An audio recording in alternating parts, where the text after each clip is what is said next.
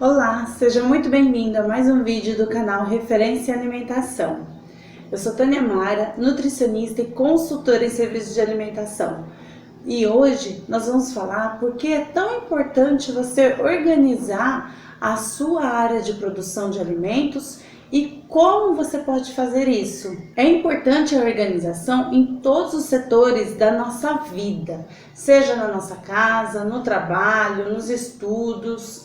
Mas por que é tão importante a gente organizar? A organização é importante para qualquer área onde o objetivo seja a qualidade e a produtividade, porque garante às pessoas melhores condições de vida, facilidade no seu dia a dia.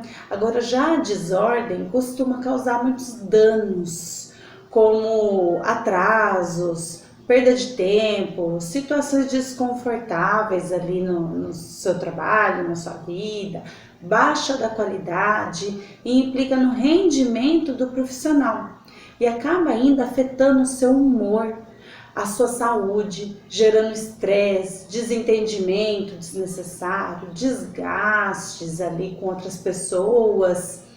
A organização do seu local, ela impacta na fluidez de todos os processos ali que você faz, ajuda na sua tomada de decisão, ela contribui no aumento da sua produtividade, otimiza ali, melhora a convivência entre os profissionais, as pessoas que estão ali no mesmo ambiente, ela promove a cooperação, eleva a motivação de todos os colaboradores, tornando o dia melhor, mais leve. E se você não consegue organizar o seu ambiente de trabalho, dificilmente você vai conseguir organizar o seu trabalho, as suas tarefas do dia a dia e fazer com que as suas tarefas rendam. Além também de ser um dever de cada colaborador, de cada funcionário, de manter a sua estação de trabalho limpa, organizada. Isso faz parte do nosso serviço. A sua empresa, ela precisa estar bem estruturada e organizada para enfrentar esse sistema competitivo do mercado, ou seja, precisa reduzir racionalmente ali os custos do seu produto, porque senão você pode ser mais uma daquelas milhares de empresas que fecha todos os anos. Pensa comigo. Imagina só você chegando no trabalho para iniciar o seu turno e encontrar um local tudo bagunçado. É desestimulante, não é? Só de imaginar, de pegar um estoque tudo fora do lugar, com os produtos abertos, com as mercadorias vencidas, com a pia toda suja de louça, ali o fogão sujo. Isso tudo pode causar calafrios em algumas pessoas e até problemas de saúde. Começar a sua jornada ali de trabalho dessa maneira não é legal, nem para você e nem para ninguém. Agora, se você chega num ambiente organizado, a sensação já é outra. O trabalho é mais estimulado, o funcionário se sente mais confortável, até a produtividade ali melhora. Mas geralmente é muito trabalhoso a gente pensar nisso tudo e iniciar uma organização, porque todo começo é difícil. E às vezes alguns já se acostumaram tanto com aquela bagunça que nem percebe mais. Outros já preferem às vezes varrer aquela sujeira para debaixo do tapete. Porém, o nosso cérebro, ele registra isso e com o tempo você se torna uma pessoa impaciente, estressada, desmotivada e descontente ali com o seu trabalho. Outro ponto importante para a gente pensar nessa organização é que os seus clientes, eles podem aparecer na sua empresa buscando algum produto ali e querer visitar a sua cozinha. Aí nesse momento, encontrar aquele ambiente ali tudo sujo, bagunçado, imagina só a péssima impressão que eles vão ter da sua empresa. E ainda podendo prejudicar ali os seus negócios. Fala para o vizinho, fala para o amigo, fala para outros, olha, tal lugar eu fui, a cozinha estava tudo bagunçado, tudo nojento, né? Aí a poeira, a sujeira ali aumenta também as chances de aparecer as bactérias, os micro-organismos no local, que possa também prejudicar a saúde de todo mundo envolvido. Os restos de comida, eles são atrativos para animais, para insetos, como os ratos, baratas, e tudo isso tem um preço para a nossa saúde, para a saúde das outras pessoas, dos clientes, dos colaboradores, de todos. A empresa, a organização da sua empresa contribui para a produtividade, porque as pessoas estimuladas e saudáveis, elas tendem a ter um desempenho melhor nas suas funções. Mas como melhorar isso? Dê uma olhada no seu local de trabalho. É um lugar organizado? O que você acha? Devido à correria do dia a dia, a gente não costuma mesmo, não costumamos prestar atenção muito nisso. E por isso acabamos trabalhando em um lugar desorganizado. E é um erro achar que isso significa excesso de trabalho. Às vezes, aquele lugar ali tá tudo bagunçado porque eu não tive tempo, porque eu tô com excesso de trabalho. E aí eu não tenho tempo para cuidar dessas coisas. Só que, no entanto, nós podemos continuar produzindo o suficiente e, ao mesmo tempo, ainda cuidar do nosso local de trabalho. Se você precisar procurar alguma coisa, como um utensílio, por exemplo, você vai achar com muito mais facilidade se tiver organizado. Uma vida profissional desorganizada também, ela reflete diretamente no seu local de trabalho. E isso tudo porque os nossos ambientes são um reflexo direto da organização das nossas mentes.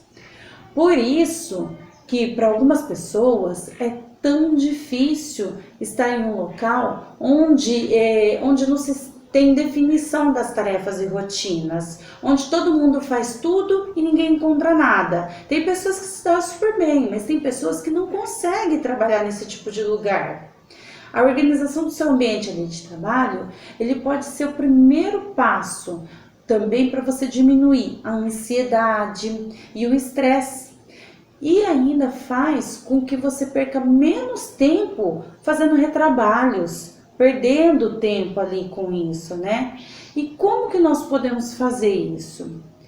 Primeiro, coloque ali no papel um passo a passo, verificando se você já concluiu todas as etapas. Como, por exemplo, o desenvolvimento do cardápio da sua empresa já está ok? Já desenvolveu? As fichas técnicas e receituários, você já tem tudo? Tá tudo ok?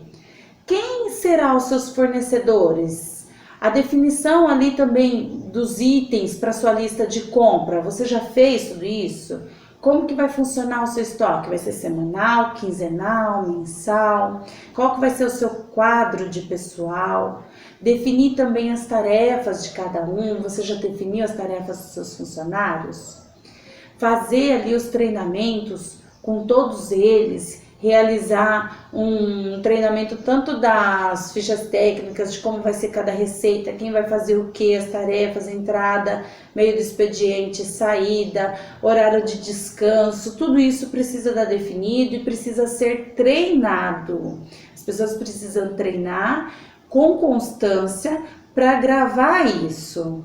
E você também precisa definir a sua cadeia de produção. O que é isso? A sua capacidade de atendimento, a sua capacidade de produção diária, quanto você vai produzir, como você vai produzir, isso tudo tem que estar bem claro. E aí avaliar também como que vai ser ali a sua distribuição. Agora, quanto ao cardápio, a ficha técnica e o receituário, tem 2 vídeos exclusivos explicando só sobre isso no meu canal, falando dúvidas que você possa ter, e dá uma olhada lá. Agora, como nesse vídeo eu estou sendo mais específica, questão da organização da produção, eu vou dar dicas para você de como montar a sua cadeia de produção. E nós vamos ver agora como funciona isso. Então, primeiro você vai saber ali qual é a sua capacidade de produção. Só que para isso você precisa saber a sua capacidade física, que você tem ali de espaço, de equipamento e tudo mais. Ou seja, se você trabalha em casa, você precisa saber quanto você consegue produzir e entregar por dia. Agora, caso você venda por encomenda, você precisa saber qual é o seu limite diário. Mas se você vende um produto na rua ou em outro local, você terá que montar uma planilha de venda ali diária para você descobrir a sazonalidade do seu negócio e a média diária de vendas ali que você tem, para de repente você não produzir nem a mais e acabar não tendo onde armazenar ali o seu produto. Por exemplo, um pão de mel, pães caseiros, bolo de pote, marmita, pastel, vários outros, e acabar gerando até um desperdício pelo excesso ali de produção. Ou também você acabar produzindo menos e deixar faltar o seu produto. Exemplo no caso do pastel de feira. O feirante ele tem que saber a média de venda dele de acordo com a época do mês, o local que ele está, para então ele levar alguns pastéis montados e outras vasilhas com os recheios prontos de cada sabor ali. Esse controle ele precisa ser bem rigoroso para não faltar muito e nem sobrar muito também. Caso contrário, o feirante ele vai ter prejuízo, pois os recheios ali que ele faz, ele não vai poder ser armazenado depois, porque eles ficaram muito tempo fora de refrigeração adequada, então não teve aquele controle e ele não vai poder ser utilizado em outra ocasião. Agora, se o cliente vem até o local ou liga e você não tem o produto, a primeira vez passa, a segunda vez ele já começa a pensar. Aí a partir da terceira ele desiste ou vai para o seu concorrente. Agora, se você tem um local fixo, aberto ao público ali, você precisa calcular primeiro a sua capacidade física e depois a sua capacidade de produção. Então vamos lá, para calcular a capacidade física do seu negócio. Essa aqui é uma apostila que eu preparei para o curso que eu tenho de gestão de negócios de alimentação. Inclusive, esse aqui é do módulo 2, que eu fiz na parte de serviços. Eu tenho aqui a área da produção, o cálculo para a capacidade da produção. Então, por exemplo, aqui na capacidade física, como que eu utilizei aqui para fazer o cálculo? Em média, por exemplo, o seu negócio, se é fixo, aberto ao público, e você vai ali, tá servindo no local mesmo, então a gente separa um espaço aproximado de 1,30 m por cliente. Essa é uma média. Então eu pego lá o espaço que eu tenho em metros quadrados do meu estabelecimento. Então você pode olhar isso aí lá na planta do seu estabelecimento, pode verificar com o proprietário, pode fazer a medida. Isso é só o local onde vai estar sendo utilizado pelos seus clientes. Aí eu coloco aqui então, vamos supor que o meu espaço é de 18 metros por 10. Então eu tirei essa medida, é praticamente um retângulo aí, 18 metros por 10. Aí eu fiz o cálculo aí, vezes, deu 180 metros quadrados de espaço físico. Eu peguei esses 180 metros quadrados e dividi por 1,30, que é o espaço que um cliente ocupa. Então, eu coloquei aqui esses 180 dividido por 1,30, no total cabe 138 clientes aqui no mesmo período de tempo no meu estabelecimento.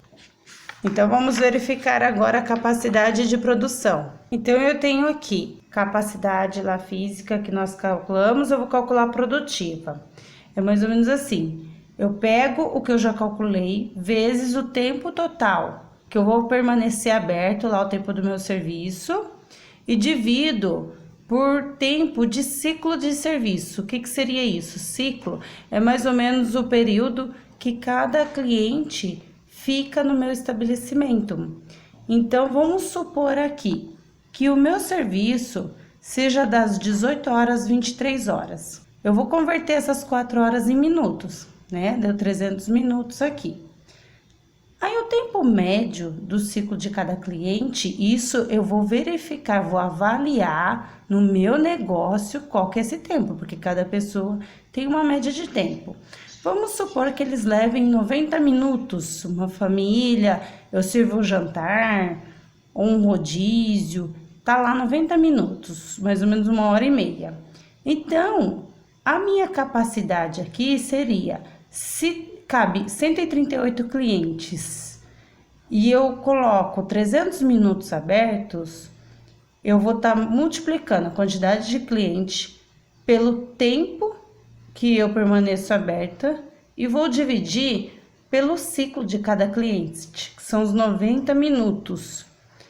Eu vou ter aqui o resultado.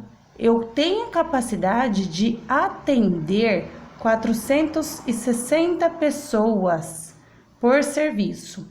Então, que eu abra aí todos os dias na semana, eu tenho capacidade para atender no meu espaço 460 clientes todos os dias. Agora sim, como nós falamos, eu vou calcular a minha equipe, os meus equipamentos, os meus utensílios, para então eu poder conseguir suprir essa minha capacidade aqui de atendimento, ok? Vocês viram que para tudo que nós vamos fazer tem planejamento, tem organização, tem cálculo. Eu vou indicar aqui um livro para vocês também. Eu costumo utilizar muito ele para calcular a minha per capita, que é o consumo por cliente, o consumo de uma porção por cada cliente. Então, dependendo do seu serviço, dependendo da produção que você vai fazer, você precisa calcular isso, até mesmo para saber quanto você vai produzir, quanto você vai comprar, como que você vai distribuir esse alimento, quantas pessoas você vai precisar. Então, eu costumo utilizar muito esse livro aqui, que é Alimentação de Coletividade. Ele é muito bom, ele traz alguns valores, alguns cálculos para isso também. É muito bacana. Quem tem algum local de restaurante, alimentação como restaurante, lanchonete ou padaria também, que serve para eventos, para buffets, aqui tem uns cálculos bem bacanas também. E como eu disse para vocês também naquela apostila que eu preparei também pro curso que eu tenho, eu coloquei também alguns exemplos aqui para cálculo de restaurante, para pizzaria, para um food truck. Por exemplo, se eu tenho um estabelecimento e eu consigo atender 200 clientes no dia, em determinado período, e vamos supor que eu sirva um prato executivo, que já é aquele prato elaborado, como eu expliquei lá no vídeo de tipos de serviço, que ele já vem na quantidade fixa. Eu coloco ali uma per capita fixa para cada prato, seja de arroz, seja de feijão, a guarnição, prato principal. E aqui nesses cálculos você vai estar fazendo isso. Então, se você já tem a média de prato que você vende por dia, aí você vai colocar lá o número de pratos vezes o número de per capita e vai conseguir aí desenvolver a quantidade que você vai produzir naquele determinado dia, naquele período, quantas pessoas você vai precisar para manipular, quanto você vai precisar comprar, ter ali no seu estoque. Agora, em segundo, calcule a quantidade mínima da mão de obra também necessária, como nós falamos, para a execução de todas essas tarefas. Teste o tempo de preparo de cada etapa. Por exemplo, o tempo para realizar o pré-preparo, como limpeza, corte, o pré-cozimento, a mistura de ingredientes que você precisa fazer ou outro que seja ali necessário para a produção daquele alimento. O tempo também de montagem, de decoração, de finalização do prato. O tempo também é importante, não esqueça, para organizar a sua área, fazer uma limpeza ali de toda a sua estação de trabalho. Você precisa testar isso. Faça isso para cada produto que você for produzir. E aí então você calcula de acordo com a quantidade de pratos a ser produzido ali diariamente. O tempo necessário também para cada um, e então a quantidade de pessoas que você vai necessitar ali para aquele dia, para aquele período, para aquele horário, ok? Então, caso você tenha turnos diferentes, como por exemplo uma padaria que funciona mais de 12 horas ali por dia, não esqueça de colocar no cálculo também os turnos, a quantidade de funcionário para cada horário, para cada período. Aí, em terceiro, você pesquisa os equipamentos ali que você precisa utilizar na sua área. Às vezes é mais vantajoso você investir um pouco mais em um equipamento com uma ótima versatilidade e capacidade de produção e contratar uma pessoa para poder operá-lo do que contratar 2 pessoas para o mesmo trabalho. Em muitos desses casos, a qualidade do produto fica ainda melhor, como por exemplo, o forno combinado. Ele é muito utilizado em algumas cozinhas e ele tem uma versatilidade, ele deixa o produto com uma qualidade assim, superior, ele faz vários serviços, cozinha, assa, grelha. Porém, aí vem o quarto passo, né? Porque eu tenho um equipamento desse, só que se eu não treinar meus funcionários, aí o quarto passo é o treinamento, que eu tenho que fazer todas essas etapas. Eu desenho o meu processo ali de produção, mas para ele poder sair do papel, da forma como eu projetei, é necessário eu treinar essa minha equipe para executar esse trabalho. E na maioria das vezes, o treinamento também se faz necessário que se repita várias vezes, até que todo mundo acostume ali com o processo. Além também de ter que treinar muito para a utilização desses equipamentos. Porque não é todo mundo, por exemplo, que sabe mexer no forno combinado, que sabe utilizar todas as vantagens, os serviços ali que ele tem. E às vezes o produto nem fica tão gostoso porque você não utilizou da forma correta. Isso é necessário até que todos dominem a operação dos equipamentos. Caso contrário, o seu produto pode não sair como você imaginou, né? Porque seus colaboradores aí não vão conseguir dominar aquele equipamento. Além de poder causar um dano ali no seu equipamento e você ter que arcar com um custo maior para manutenção. E por fim, faça uma análise de como você pretende fazer essa distribuição.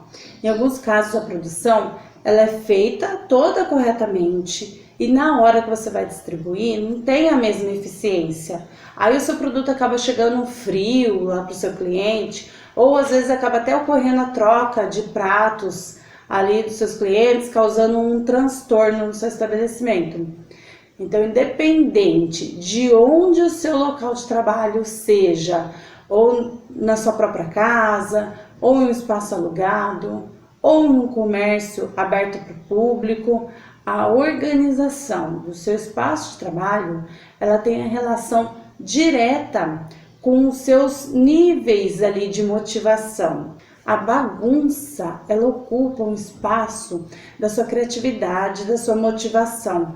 O cérebro nosso, ele reconhece aqueles objetos todos ali como algo com o qual ele deve se preocupar. E ele acaba tirando o foco de outras tarefas que deveriam ser feitas. E isso acaba com a sua produtividade. Então, pense no seu local de trabalho como um espaço desenhado para que você realmente trabalhe no que é importante, em vez de ser uma lembrança constante de que você não pode fazer tudo ao mesmo tempo, deixando você desanimado também. Tornar a organização um hábito não é algo que se resolve de um dia para o outro.